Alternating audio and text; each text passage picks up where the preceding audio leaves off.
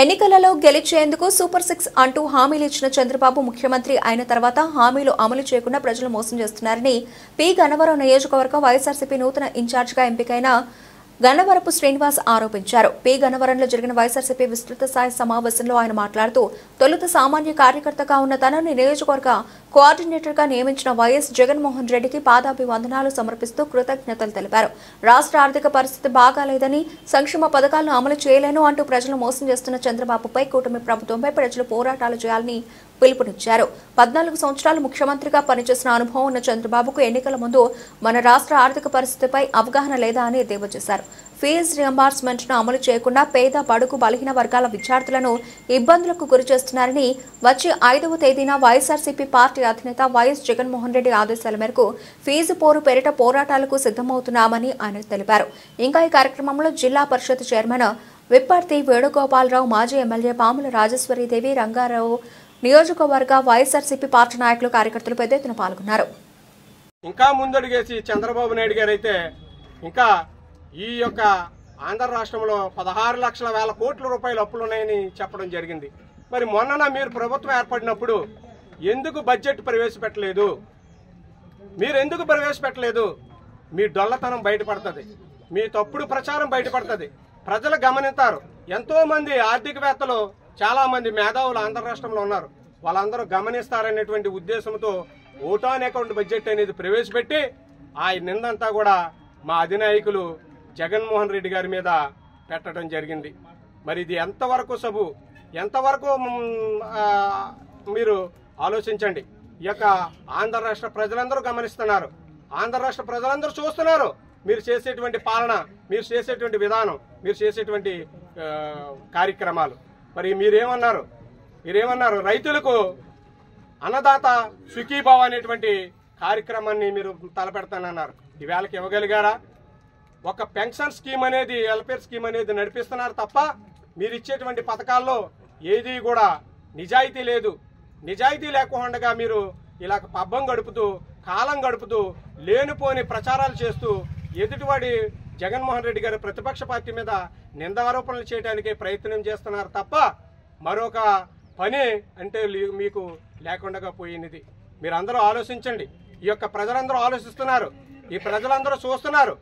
ఈవేళ మట్టి ఇసుక మాఫియా ఏ విధంగా జరుగుతుందో తెలుసు. నిరుద్యోగ భృతి అన్నారు, నిరుద్యోగ భృతి ఇస్తున్నారా? నిరుద్యోగ భృతి ఎవరికి ఉన్నదంటే వాళ్ళ కార్యకర్తలకి, వాళ్ళ నాయకులకే నిరుద్యోగ భృతిని ఏర్పాటు చేయడం జరిగింది. మీరు ప్రతి 19 సంవత్సరాల నుంచి 50 సంవత్సరాలు నిండినటువంటి ప్రతి మహిళకు కూడా 1500 రూపాయలు ఇస్తానన్నారు. ప్రతి నెల కూడా ఇస్తున్నారా? అలాగనే కాకుండా ప్రతి రైతుకు కూడా 20,000 రూపాయలు ఇస్తానన్నారు. ఎక్కడైనా ఇవ్వటం జరుగుతుందా? ప్రతి మహిళను కూడా ఎవరైతే ఈ ఆంధ్ర రాష్ట్రంలో ఉన్నటువంటి మహిళలు ఉన్నారో ఉచిత బస్సు అనేటువంటి ప్రయాణంలో మీకు మీ యొక్క పాకెట్కి లేకపోతే మీ పర్సలకి ఎక్కడా కూడా చిల్లు పడుకోకుండా ఒక నిధి అనేది నేను ఏర్పాటు చేస్తాను. మీరెవ్వరూ కూడా ఖర్చు పెట్టుకోకలేదు, అది కూడా నేను ఉచిత బస్సు అనేది మీకు ఏర్పాటు చేస్తానని చెప్పడం జరిగింది చంద్రబాబు నాయుడు గారు. అదేమన్నా చేయటం జరుగుతుందా? ఇంకొకటి మీరు చెప్పాలి, మేము ఉద్యోగ కల్పన చేస్తానన్నారు. మీరు వచ్చిన వెంటనే డిఎస్సీ అనేది మేము వచ్చిన వెంటనే విడుదల చేస్తామని అన్నారు. ఎక్కడైనా నోటిఫికేషన్ రావడం జరిగిందా? ఎక్కడైనా మీరు ప్రకటించారా?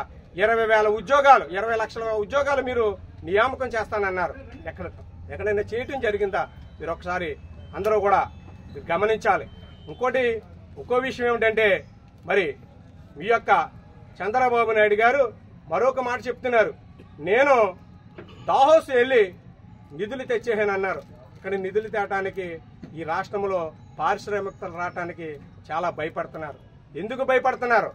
రెడ్ బుక్ రాజ్యాంగం అనేది నడుస్తుంది. ఇక్కడ మనకు ఒక రాజ్యాంగం ఉన్నది, బిఆర్ అంబేద్కర్ రాసిన రాజ్యాంగం, కానీ అది జరగట్లే. రెడ్ బుక్ రాజ్యాంగం అనేది జరుగుతుంది.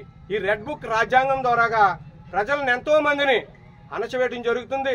పెద్దలను ఎంతో మందిని కేసులు పెట్టడం, బనాయించడం జరుగుతుంది. చిన్న కేసులు, పెద్ద కేసులు.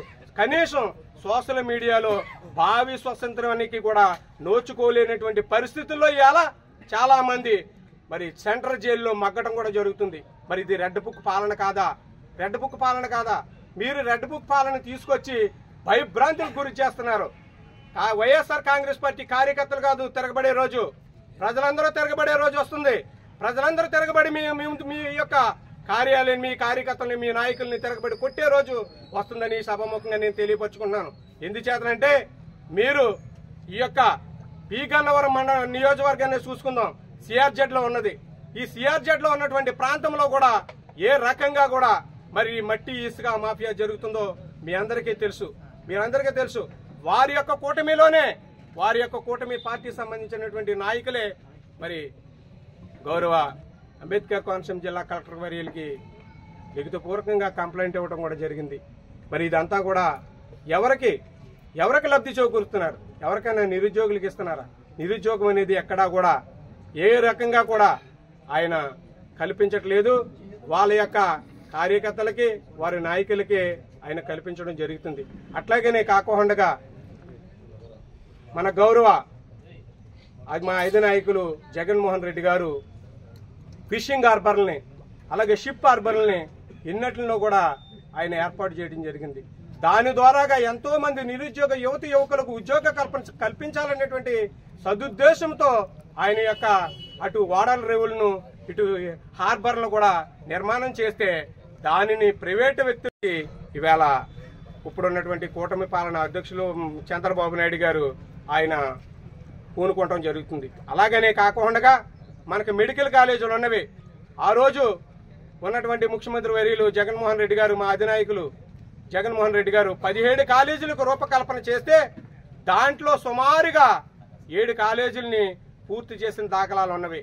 మరి ఆ కాలేజీలు పూర్తి చేస్తే ఈవేళ భారత ప్రభుత్వం కేంద్ర రాష్ట్రం మనకి 5,000 చిల్లర మెడికల్ సీట్లు ఇస్తే దానిని మాకు అక్కర్లేదు అని వెనక్కి పంపించినటువంటి దాఖలాలు అయితే ఈ కూటమి ప్రభుత్వ ముఖ్యమంత్రి వర్యులు చంద్రబాబు నాయుడు గారు ఎంటడం జరిగింది.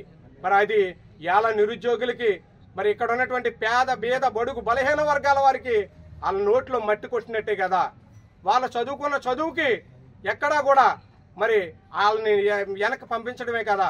మరి అలాంటిది ఈవేళ ప్రైవేటు వ్యక్తులు అదే కాలేజీలని, ఏదైతే మెడికల్ కాలేజీలు ఉన్నావో ఆయన సంబంధించినటువంటి ఎవరైతే క్వార్టర్ ఉన్నదో ఆ క్వార్టర్ వాళ్ళందరికీ కూడా కట్టబెట్టడానికి సిద్ధంగా ఉన్నటువంటి ప్రభుత్వం ఈ యొక్క కూటమి ప్రభుత్వం. ఈ చంద్రబాబు నాయుడు గారు యొక్క అందరూ యొక్క స్నేహితులు, వారి యొక్క మిత్ర బృందం కూడా దీని మీద పెద్ద కుట్ర జరుగుతుంది, చాలా పెద్ద కుట్ర జరుగుతుంది. మరి ఇదంతా కూడా మీరు గమనించాలి, ఇదంతా కూడా ఆలోచించాలి. ప్రజలు ఆలోచించి దీని మీద ఏ రకంగా ఉద్యమం చేయాలో మీరందరూ ప్రజల నుంచే ఉద్యమం రావాలి. ఇలాంటి పాలన సాగిస్తున్నటువంటి నాయకుడు చంద్రబాబు నాయుడు గారు. మరి ఇలాంటి పాలన జరుగుతుంది. ఇవాళ సూపర్ 6 అనేది చేతులు ఎత్తేస్తున్నారు. ఆయన మొదటి అసెంబ్లీ సమావేశంలో అన్నాడు, సూపర్ 6 చూస్తుంటే భయం వేస్తుంది అన్నారు. కానీ మా నాయకుడు ఒక మాట చెప్పాడు, నీతికి నిజాయితీకి నిలువుటద్దం మరి జగన్మోహన్ రెడ్డి గారు. ఎందుచేతనంటే విలువలకు విశ్వసనీయతకు పుట్టినిల్లు వైఎస్ రాజశేఖర రెడ్డి గారు, దివంగత నేత వైఎస్ రాజశేఖర రెడ్డి గారి కుటుంబం. ఆయన ఒక మాట అన్నాడు, మేనిఫెస్టో అంటే ఒక భగవద్గీత, ఒక బైబిల్, ఒక ఖురాన్. దీన్ని నేను నమ్మే నేను యొక్క మేనిఫెస్టోని విడుదల చేస్తున్నానని సిద్ధం సభలో, దెందురూరులో మొట్టమొదటి సభలో ఆయన మాకు ఈ ఏరియాలో ప్రకటించడం జరిగింది. ఏమని అన్నాడు ఆయన ఆ రోజు, నేను చేసేదే చెప్తాను, మీరు గాని ఇప్పుడు గాని ఈ యొక్క కూటమి ప్రభుత్వం చంద్రబాబు నాయుడు గారికి ఓటు వేస్తే చంద్రముఖిని లేపినట్టే అని చెప్పడం జరిగింది. ఆయన ఆ రోజు చంద్రముఖిని లేపి మీరు కొరువు తెచ్చుకున్నట్టేనని చెప్పడం జరిగింది ఆ రోజు మన జగన్మోహన్ రెడ్డి గారు. మరి అలాంటి నాయకుడు మా జగన్మోహన్ రెడ్డి గారు. మరి ఆ రోజునే తప్పుడు మాటలు చెప్పి, తప్పుడు ప్రచారాలు ఇచ్చి, ఆచరణ సాధ్యం కానటువంటి పథకాల పేర్లు చెప్పి మరి మేము కూడా మళ్ళీ ప్రభుత్వం ఏర్పాటు చేసుకోవచ్చు. కానీ అలా చేయలేదు మా నాయకులు. ఏం చెప్పారంటే, నేను చేసిందే చేస్తాను, నేను చెప్పిందే నేను చేస్తాను తప్ప వేరేది నేను చేయనని ఆయన ఆ రోజు సభముఖంగా అందరం మంచిన చెప్పడం జరిగింది. అదే మరి వేళ మాకు నిజాయితీ అనేది ప్రజలు గమనించలేదేమో అని నేను అనుకుంటున్నాను. ఎందుచేతనంటే తప్పుడు ప్రచారాలు చేశారు. తప్పుడు ప్రచారాలు చేసి ఆ రోజు ఉన్నటువంటి ఏదైతే మరి కొన్ని మీడియా సంస్థలు ఉన్నవో మరి అది ఏ రకంగా ప్రచారాలు చేశారో మీకు అందరికీ తెలుసు. మరి అందుకని ఆ తప్పుడు ప్రచారం ప్రజలు నమ్మి వేళ ఓట్లు వేస్తే మరి ఆ ప్రజలందరికీ కూడా ఏ రకంగా బుద్ధి చెప్తున్నారో, ఏ రకంగా ఈ సంక్షేమం ఇవ్వకోకుండా, ఈ సంక్షేమం అందించుకోకుండా మరి అక్కడ కూర్చుని ఆ యొక్క సచివాలయంలో కూర్చుని మరి ఆయన ఏదో మాట్లాడటం జరుగుతుంది.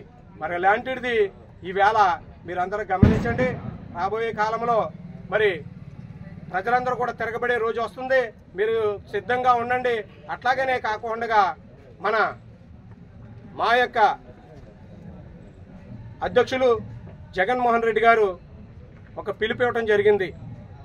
ఏమనంటే రేపు 5వ తారీఖున ఫీజు రియంబర్స్మెంట్ 4 అనేటువంటి కార్యక్రమం జిల్లా కలెక్టర్ కార్యాలయంలో మరి జిల్లా పార్టీ అధ్యక్షుల వారి యొక్క ఆధ్వర్యంలో అక్కడ ఒక మెమోరాండం ఇవ్వమని మరి మాకు అందరికీ కూడా పిలుపు రావటం జరిగింది. దాని అందరికీ కూడా మరి మా యొక్క జిల్లా నాయకులు, మన నియోజకవర్గ నాయకులు, అలాగే నియోజకవర్గంలో ఉన్నటువంటి కార్యకర్తలు, నాయకులు అందరూ కూడా, సర్పంచులు, ఎంపీటీసీలు అందరూ కూడా సిద్ధపడుతున్నారని, అలాగని విద్యార్థులు మరి ఆవేదనతో రగిలిపోతున్నారు. ఎందుచేతనంటే ఆ ఫీజు రియంబర్స్మెంట్ మీద ఎంతో మంది బడుగు బలహీన వర్గాల వారు ఆశగా ఎదురు చూస్తున్నారు. ఎగ్జామ్స్ వచ్చేస్తున్నవి. రేపు ఎగ్జామ్స్ వచ్చేస్తుంటే వాళ్ళకి సర్టిఫికేట్లు ఇచ్చేటువంటి పరిస్థితి అయితే కాలేజీల వాళ్ళకి లేదు. మీరు ఫీజు కట్టండి, మీ సర్టిఫికేట్లు ఇస్తామని చెప్పడం జరుగుతుంది. మరి అలాంటిది ఈవేళ ఆ యొక్క ఫీజులు కట్టలేనటువంటి పరిస్థితుల్లో కూడా ఇవాళ విద్యార్థులు ఉన్నారు. కాబట్టి మరి ఈవేళ వారి తరపున మా యొక్క అధినాయకుల యొక్క ఆదేశాల మేరకు, జగన్మోహన్ రెడ్డి గారి ఆదేశాల మేరకు వారి తరపున కూడా ఫీజు పోరు అనేటువంటిది మేము 5వ తారీఖున తలపెట్టామని మీ మీడియా మిత్రుల ద్వారాగా మేము తెలియపరుచుకుంటున్నాం. అట్లాగనే కాకోకుండా మా అధ్యక్షులు వారు మొన్న అదే ఇచ్చినటువంటి వ్యవసాయ రైతులకి ఏదైతే సబ్సిడీ లేదు, రుణమాఫీ లేదు, అట్లాగనే కాకుండా రైతులకు సుభిక్ష, అన్నదాత సుభిక్ష అనేటువంటి పథకాన్ని కూడా ఇవ్వలేదనేటువంటి ఉద్దేశంతో ఒక పోరాటం చేయడం జరిగింది. అట్లాగనే కాకోకుండా మరి ఈరోజు ఆంధ్ర రాష్ట్రంలో ఉన్నటువంటి ఎవరైతే విద్యుత్